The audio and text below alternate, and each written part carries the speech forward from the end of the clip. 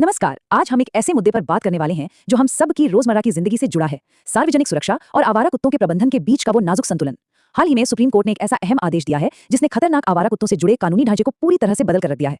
अगर आप स्थानीय प्रशासन का हिस्सा हैं, किसी संस्था के प्रमुख हैं या फिर एक आम नागरिक हैं, तो ये पॉलिसी ब्रीफिंग आपके लिए बहुत बहुत जरूरी है। तो चलिए सीधा मुद्दे पर आते हैं। आज की इस ब्रीफिंग में हम 5 खास बातों पर फोकस करेंगे। सुरक्षा का हमारा संवैधानिक अधिकार, खतरनाक कुत्तों का मैनेजमेंट, कैंपस केयरटेकर की क्या जिम्मेदारी होगी, कुत्तों को रिलोकेट करने यानी एक जगह से दूसरी जगह ले जाने के नए नियम, और सबसे आखिर में अधिकारियों की जवाबदेही। तो शुरुआत करते हैं सबसे बुनियादी चीज से, सुरक्षा का संवैधानिक अधिकार। सुप्रीम कोर्ट ने यहां अपना रुख बिल्कुल साफ कर दिया है। उन्होंने हमारी सुरक्षा को सीधे तौर पर संविधान के अनुच्छेद 21 से जोड़ दिया है। इसका सीधा सा मतलब यह है कि सड़कों या पार्कों में बेखौफ घूमना, यानी बिना इस डर के कि कोई कुत्ता काट लेगा, हम सबका मौलिक अधिकार है। जरा सोचिए, अगर हर वक्त मन में एक डर या खौफ बैठा रहे तो उसे गरिमापूर्ण जीवन तो नहीं कहा जा सकता है ना। अब आते हैं दूसरे अहम पहलू पर, जो है खतरनाक आवारा कुत्तों का प्रबंधन। अब यहाँ एक बहुत बड़ा ऑपरेशनल बदलाव देखने को मिल रहा है। प्रशासन को अब कानूनी तौर पर उन कुत्तों को यूथेनाइज करने यानी इच्छा मृत्यु देने की अनुमति मिल गई है जो लोगों के लिए लगातार खतरा बने हुए हैं, जैसे कि रेबीज से संक्रमित या लाइलाज बीमारी वाले कुत्ते। लेकिन यहाँ एक बहुत बड़ा लेकिन है, ये कोई खुली छूट नहीं है। इसके लिए सख्त पशु चिकित्सा मूल्यांकन और prevention of cruelty to animals act के नियमों का पालन करना 100% अनिवार्य है। कोर्ट ने यहाँ सार्वजनिक सुरक्षा और पशु अधिकारों के बीच एक बहुत ही सधा हुआ बैलेंस बनाया है।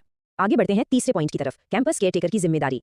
ये शायद इस पूरे आदेश का सबसे बड़ा कानूनी बदलाव है, जिसे कानूनी भाषा में टॉर्टिस लायबिलिटी कहते हैं। आसान शब्दों में कहे तो अगर कोई एनिमल वेलफेयर ग्रुप या कोई छात्र संगठन किसी एजुकेशनल कैंपस में कुत्तों को खाना खिलाना चाहता है, तो अब उन्हें पूरी जिम्मेदारी उठानी होगी। मतलब अगर उनके द्वारा पाला या खिलाया गया कुत्ता कैंपस में किसी को काट लेता है, तो आर्थिक और कानूनी रूप से नुकसान की भरपाई उसी ग्रुप को करनी होगी।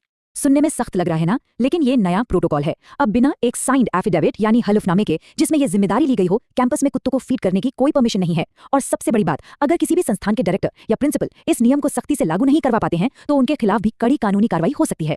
चलिए अब बात करते हैं चौथे और बहुत ही जरूरी विषय की, रीलोकेशन यानी कुत्तों की जगह बदलने के नियमों में क्या बदलाव हुए हैं। यहाँ 2023 के जो पुराने नियम थे और जो नया सुप्रीम कोर्ट का आदेश है, उन दोनों के बीच एक जबरदस्त कॉन्ट्रास्ट है। पुराने नियम ये कहते थे कि कुत्तों को नसबंदी के बाद उसी जगह वापस छोड़ना होगा जहां से उन्हें पकड़ा गया था, लेकिन कोर्ट ने इस नियम को दृढ़ता से पलट दिया है। अब अस्पताल, स्कूल, बस स्टैंड या रेलवे स्टेशन जैसे सेंसिटिव इलाकों में कुत्तों को वापस नहीं छोड़ा जाएगा। इसके बजाय उन्हें सीधे डेजिग्नेटेड शेल्टर होम्स में भेजा जाएगा।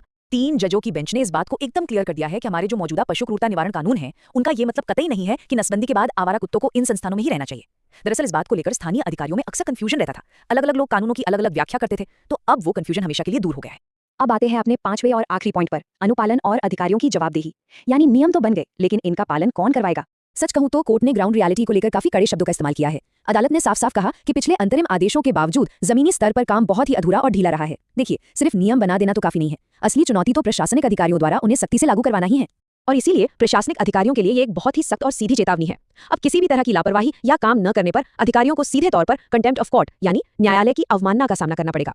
उन पर अनुशासनात्मक कार्रवाई होगी और यहां तक कि व्यक्तिगत रूप से टॉर्टियस लायबिलिटी भी लगाई जा सकती है।